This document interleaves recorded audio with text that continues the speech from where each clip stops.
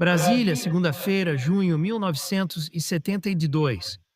Ontem Rodolfo me convidou para almoçar com ele e sua esposa no Yacht Club. A voz, nada hostil. Seria um convite à reconciliação. Às 13 horas, meu pai e uma morena saíram de um Opala azul marinho. Não era a mulher que eu tinha visto uma noite na rua, perto do Beirute. Rodolfo também parecia outro. Usava uma bermuda coral e uma camisa com estampa quadriculada. A roupa vistosa, incomum no corpo do meu pai, combinava com uma expressão de êxito. Me apresentou à esposa, me abraçou com uma intimidade paterna e pôs um papel dobrado no bolso da minha camisa. O cheque era um presente dele e de Margarida. O abraço caloroso e o cheque me surpreenderam. Sentamos de frente para o lago e, enquanto Margarida examinava meu rosto, o valor do cheque dançava na minha cabeça. Você conhecia o clube? Disse a Margarida que eu e Rodolfo tínhamos sido barrados por um segurança do iate. Mencionei esse. Passeio de bote e outro, solitário, em que fui detido pela guarda presidencial. Margarida dissimulou o mal-estar e até sorriu. Meu pai se apressou em pedir ao garçom um bife a cavalo, e a conversa saltou do bote e da detenção para o Senado Federal, onde Margarida era assessora de alta confiança. Foi isso que ela disse, talvez para cortar um assunto incômodo.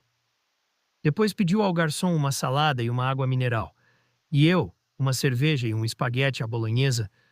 Assim recordaria o prato preferido da minha mãe e esqueceria o maldito capellini enlatado.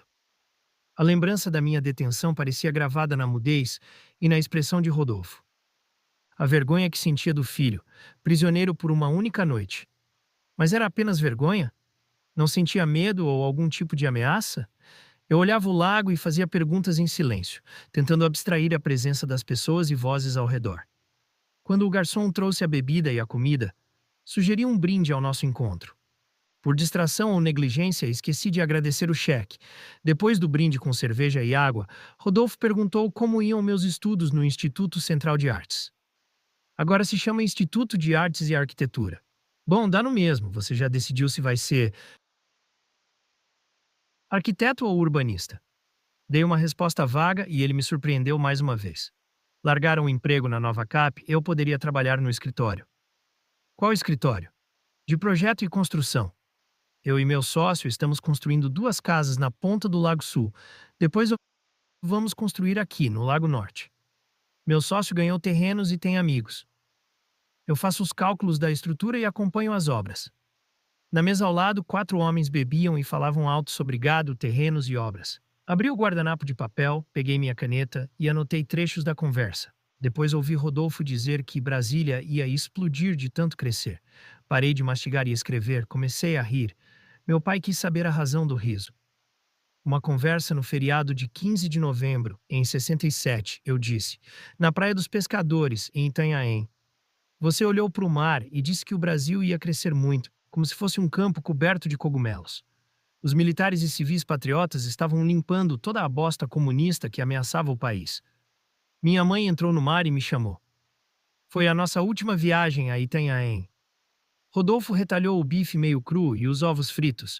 O sangue da carne se misturou com o amarelo das gemas e o líquido amarronzado regou o prato. Ele mastigava depressa, fazendo um vendaval de ruídos que davam um pouco de aflição. Margarida virou o rosto para a mesa à esquerda e acenou para um dos homens.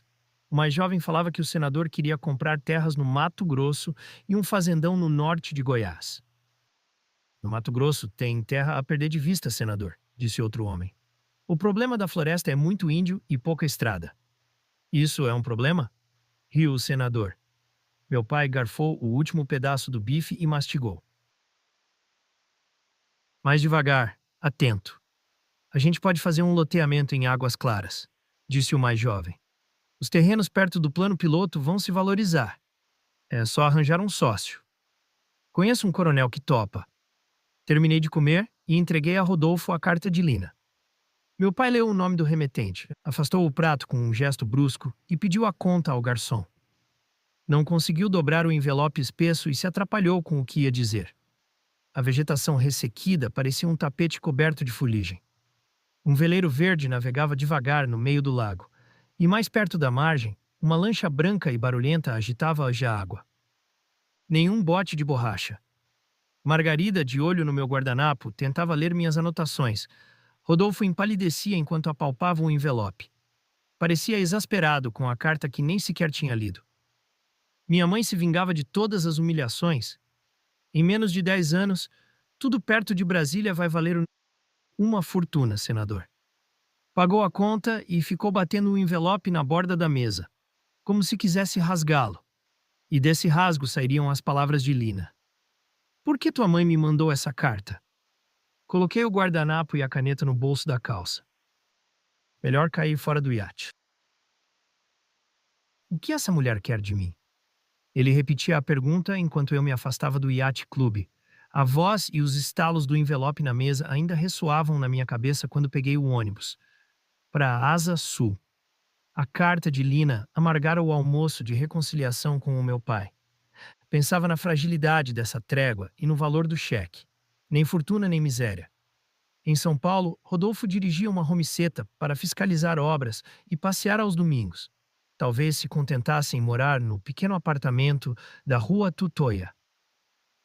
O homem se arvorou em Brasília. Não iria muito longe com a professorinha de francês, como se referia à profissão da minha mãe.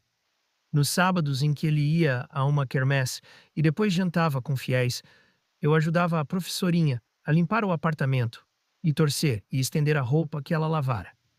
De vez em quando almoçávamos com tio Dácio na Praça Dom José Gaspar.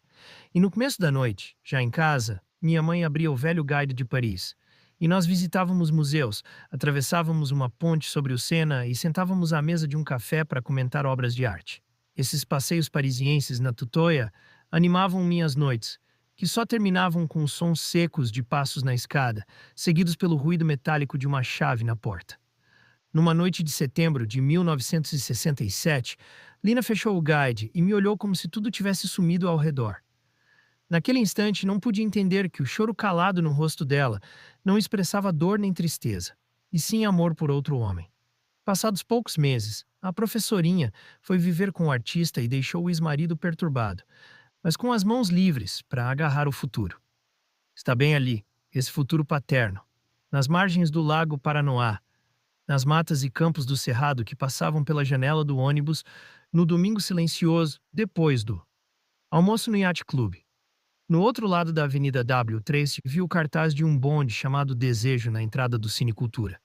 Rodolfo e a mulher conversavam sobre as palavras de Lina. Margarida parecia determinada. Eu não sabia a quê. Tinha uns 33. Idade para ser mãe, mas não minha. A menos que tivesse parido aos 12 anos. Recordei o decote da blusa azul, o sorriso sorrateiro no rosto bronzeado, o olhar furtivo nas minhas anotações e no envelope branco, enganchado na mão direita de Rodolfo. Mesmo ausente, minha mãe rondava a mesa do iate, aguçando a curiosidade de Margarida, enraivecendo Rodolfo até o desespero. Quando entrei em casa, Graça interrogava o filho mais velho. Onde conseguiu dinheiro para comprar essa porcaria? Pegou na minha bolsa, não é? Eu estava desconfiando dos inquilinos, mas foi você. Hoje é dia de desordem no nosso lar, disse o nortista, pondo um livro aberto sobre o colchão. A casa está em pé de guerra. Graça deu um flagra no filho, pegou um marmanjo dando umas pitadas no jardim. Vendi um pouco de fumo para ele, não é isso que tu queres saber? O moleque não vai dedurar ninguém. Revende o fuminho para os filhos das clientes da manicure e lucra um bocado. Deixa eu ver esse cheque. Ganhaste do papai? Teu velho é de ferro, mas é mão aberta, cara. Grana para viver uns 6 meses. Tu me emprestas um pouco? A baronesa vai cortar a remessa de fumo. Não quer me ajudar mais, agora ela quer que eu arranje um emprego público. Não sei se vou ser arquiteto. Sou ator, se virar um burocrata estou perdido. Saí de casa e fui ao jardim da 711. Uma menina de olhos vendados dava passos vacilantes perto de uma pitangueira. Os dois amigos riam, e a cabra cega, atraída pelo riso, esticava os braços. Corria um pouco e parava, o rosto erguido para o céu invisível, esperando os sons das risadas. O nome do meu pai, ilegível na assinatura rebuscada no cheque. Grana para viver uns 6 meses. Largaria o emprego na Encontro? Tempo para ler e estudar. A brincadeira tinha acabado. A menina e os amigos arrancaram pitangas amarelas e sentaram sob a árvore. Os olhos dela, de um verde quase translúcido, lembram os de Dinah. Olhos adultos que escondem sonhos. Voltei para casa pensando nisso. Dinho e Graça jogavam dominó na sala. O filho caçula fazia uma lição, um marmanjo talvez de castigo no quarto. O nortista, deitado no colchão, lia um romance. Perguntei se topava ver um filme no Cultura. Depois a gente estudaria para a prova de cálculo. Ele não desviou os olhos das páginas do livro, apenas fez um leve gesto com a cabeça. Tocou o telefone e Graça me chamou. A voz do meu pai era a mesma da rua Tutoia. Eu tinha sido insolente e insensível durante o almoço, não deveria ter mencionado o nome de minha mãe nem dado a carta para ele na presença de sua esposa. Margarida me pediu para te dar esse dinheiro, mas você merece viver num pardieiro e comer num restaurante universitário. Pode rasgar o cheque, vou sustar essa porcaria. Rasgar? Isso mesmo, disse a voz. Agora calma, e mais. Ameaçadora que um grito. Dinho e Graça me olhavam, sem entender o significado do único verbo que eu pronunciei. Contei ao nortista. Rodolfo ia assustar o cheque. O motivo talvez fosse a carta que minha mãe enviara para ele. O que ela escreveu para o teu pai? Não li a carta. O envelope estava fechado. O envelope estava fechado, ele repetiu. E tu não ficaste curioso para ler essa carta? Nem tiveste coragem de rasgar essa porra? Só porque foi tua mãe quem escreveu? Então o teu pai já sabe de coisas que tu não sabes e nunca vais saber. Ainda bem que o cheque não é nominal. Vou atrás desse dinheiro agora mesmo. Domingo? Tudo está fechado. O nortista pegou o romance que estava lendo e livro de Fernando Pessoa. Até agora, 00:20 da segunda-feira, não. Voltou. Terça-feira, junho, 1972. O nortista ainda não deu as caras. Uma encrenca com o cheque? Às 9 da noite fui ao apartamento da Vana. E, depois de tocar várias vezes a campainha, alguém destrancou a porta e girou a maçaneta. Vi pela fresta o recorte do rosto da baronesa e escutei gemidos fracos, que pareciam vir da cozinha. O olho direito da baronesa me encarava através da fenda. Perguntei pelo nortista e quis saber se alguém estava doente. Lélio dormiu aqui domingo. Ontem de manhã ele saiu com a Vana. Não te convido para entrar porque a empregada está passando mal. Fechou e trancou a porta. Enquanto esperava o elevador, escutei os gemidos, mais prolongados, mais abafados. Gemidos e uma voz masculina, quase inaudível. Depois, o silêncio, este silêncio precário de Brasília. Casa da Asa Sul, Brasília, noite de quarta-feira, junho, 1972. Cheguei da livraria Encontro e vi a carta do nortista sobre o meu colchão. Martim, passei por aqui para pegar livros e roupa e deixar a grana do cheque. Essa sórdida odisseia em busca do dinheiro fica para depois. Vou viajar pelo Distrito Federal, por Goiás ou Minas. Levo o romance do escritor mineiro para entender o amor, meu amor talvez impossível, mas nada platônico. Domingo, depois de descontar o cheque num cassino da capital, dormi no apartamento da Havana. Segunda-feira, bem cedinho, viajamos com Ângela, no volante da Kombi, até Paraúna. Depois pegamos uma estradinha de terra e continuamos a pé por mais de 1 hora e armamos uma tenda na sombra de uma árvore sagrada. Ângela disse que tudo era sagrado ou misterioso na Serra das Galés. A pitonisa já conhecia o lugar e durante a viagem tinha falado das formas das rochas calcárias. Um bestiário. Incrível. No fim da tarde, levou a gente até o topo de uma colina rochosa, onde os amantes exorcizavam o ciúme e o mal-olhado e se reconciliavam. Tirou a roupa e abriu os braços para o horizonte. O vento frio ia purificar nosso espírito. Vana percebeu que eu estava de olho no corpo da Ângela. Pensei que a gente ia brigar de novo, mas ela desceu e entrou na tenda. Depois, nós três comemos mangabas, pequis e sanduíches de queijo. Ângela enrolou um baseado e contou que tinha acampado com Fábios. No pé de uma serra, bem longe dali. Ninguém por perto. Só os dois no cerrado. Os animais e as flores maravilhosos que eles viram. Seriemas, uma jararaca. E tantos passarinhos. O meia-lua, o beija-flor chifre de ouro, o pula-pula, as pescarias no riozinho da lua, cachos de morcegos vampiros numa caverna, uma história atrás da outra. Martim. Vana foi atraída pelas fábulas da mochileira, uma Sherazade deitada na esteira da tenda, o rosto e os ombros iluminados pelo candeeiro. A voz de fada contando como Fábio se sentia ameaçado pela natureza. Como é frágil meu namorado, Vana. Ele se arrepiava de medo quando via uma aranha na esteira ou quando escutava o canto de um sapo. Um canto que vinha do fundo da terra. Às vezes era só o ruído do vento. De onde vem essa fraqueza do Fábios? Não sei. De tanto sentir medo, ele nem conseguiu transar, disse Ângela. 7 noites de vigília medrosa, e durante o dia era um cara acabado. Falou de Fábios por um bom tempo, e de manhã não via as duas na tenda nem nas enormes rochas de calcário, só apareceram ao meio-dia. Vana disse que eu dormia profundamente, por isso não. Me acordou. Quanta delicadeza desse amor. De tarde, Ângela quis ver uma borboleta vermelha e preta, as asas com desenhos circulares. 2 zeros deitados. Símbolo do infinito. Saiu com Vana em busca das asas numeradas ou simbólicas, e eu me recolhi na sombra de um pequizeiro. Terminei a leitura do romance, depois reli versos de Opiário, conversando com o poeta engenheiro Álvaro de Campos, pensando nas metáforas do deserto, imaginadas pelo duplo de pessoa. Eu mesmo me sentia na solidão de um deserto. Saí da sombra do pequizeiro e fui olhar os morros secos e verdes que se alternavam em ondulações até o horizonte.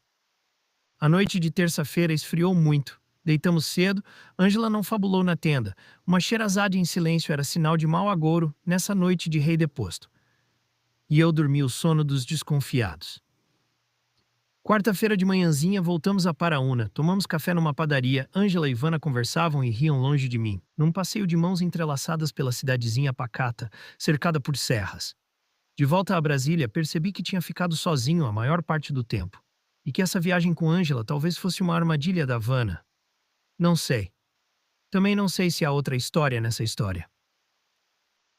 Acho que tu estás no campus, embatucado com a prova de cálculo estrutural. Eu não tinha cabeça para resolver equações complexas, calcular coordenadas polares e volumes cheios. São quase 11 da manhã.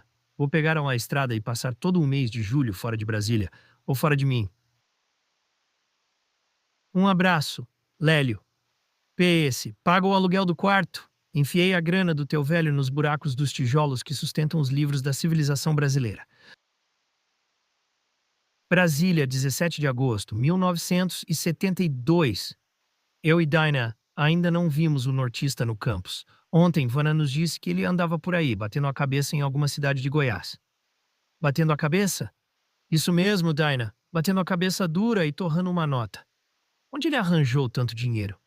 Perdeu todas as aulas, levou falta nas disciplinas. O Lélio quer dançar com a vida. Queria que eu ficasse com ele, pulando de cidade em cidade, tomando banho nas cachoeiras, lendo poemas e trechos de um romance, fumando um baseado e rindo para a lua e as estrelas. Quando Vana se afastou, Dinah disse que a cabeça da namorada do nortista era oca, uma cabeça cheia de pensamentos sem conteúdo, vazios. Ela olha as estrelas e a lua, e não sente nada. O olhar da Vana é curto, só vê atalhos. 28 de agosto, 1972. Apareceu na noite desta segunda-feira. Disse que a história com Vana era uma gangorra em movimento. Uma gangorra perigosa, como são tantas histórias de amor. O peso do sofrimento numa extremidade, o prazer do gozo na outra. Tinha ido sozinho a Goiânia, e na julho telefonou para Vana e segunda semana de convidou-a para passar uns dias com ele em Pirenópolis. Não esperava que fosse encontrá-lo, mas ela chegou 2 dias depois, e eles viveram nessa gangorra. Um sobe e desce de carícias e brigas num quarto de hotel da cidade goiana. Não se pode viver sem amor, Martim. Sem amor e sem um pouco de grana. E pela primeira vez, eu tinha as duas coisas. Só que a Vana quer segurança máxima, a vida na bitola estreita. Como tinha descontado o cheque? Um doleiro topou. Amigo da baronesa, a áurea dos fracos. O puto ficou com 30% do cheque do teu velho. Mas você deixou só metade do valor. E a comissão do anti-herói Macunaíma? Disse o nortista. Ou a nossa amizade não vale nada? A amizade e o risco, cara. Naquele domingo, saí daqui e fui direto para a quadra 407. Conheci o doleiro. Os deputados da baronesa às vezes pagavam um fumo com dólares e eu ia trocar as verdinhas na 407. O câmbio noturno, clandestino. Noite de jogatina, a roleta girava, grana alta. Roleta, mulheres, bebida, a putaria solta. Já sabia disso. O doleiro leva as putas do posto fiscal para o apartamento dele e convida os amigos para o jogo e a orgia. Brasília tem seus covis, cara. A capital ferve de pecados veniais, mortais e mortíferos. Mulheres pobres que vieram de outra W3, a rua de terra de um vilarejo, lá na beira da estrada para Sobradinho. Eu tenho que me defender, Martim. Teu pai te deu essa grana, é engenheiro. Os pais dos nossos amigos são bem colocados. Abaixo de mim, só mesmo Lázaro e a mãe dele, Dona Vidinha. Mas Lázaro não se mete nisso. Vive de migalhas, de empreguinhos em padarias e bares, aulas particulares. Come qualquer coisa. Vive para alcançar o grande sonho libertário, para representar. Prometeu aqui mesmo, no Planalto Central. Eu não queria perder a grana do cheque. Mal entrei no apartamento e já queriam que eu dançasse com as putas, que escolhesse uma peituda, a mulher podia amamentar 100 bebês. O grande bacanal da Asa Sul, cara. Garrafas com selo preto e dourado, bebida para embriagar os redutos dos três poderes, todos os redutos dos lobos. Quando falei do cheque, o doleiro fez uma careta. Porra, trabalhar domingo? Insisti, supliquei, pronunciei o nome sagrado da Áurea. Ele saiu da jogatina e me levou para um quarto. Viu o valor do cheque e disse: galho fraco, mas quero 30% dessa mixaria. Não teve jeito, ou eu dava os 30% ou não pegava nada. Aí ele abriu o cofre e me deu o dinheiro. Parecia cofre de banco, entupido de notas novinhas. A ladroagem varia em tamanho e medida, escala de 1 para 1000 e 1 bilhão, e assim por diante, até o infinito. Se eu fosse ao banco, o funcionário do caixa ia desconfiar de mim e telefonar pro teu pai. E tu não querias fazer isso, por honra ou orgulho, sei lá.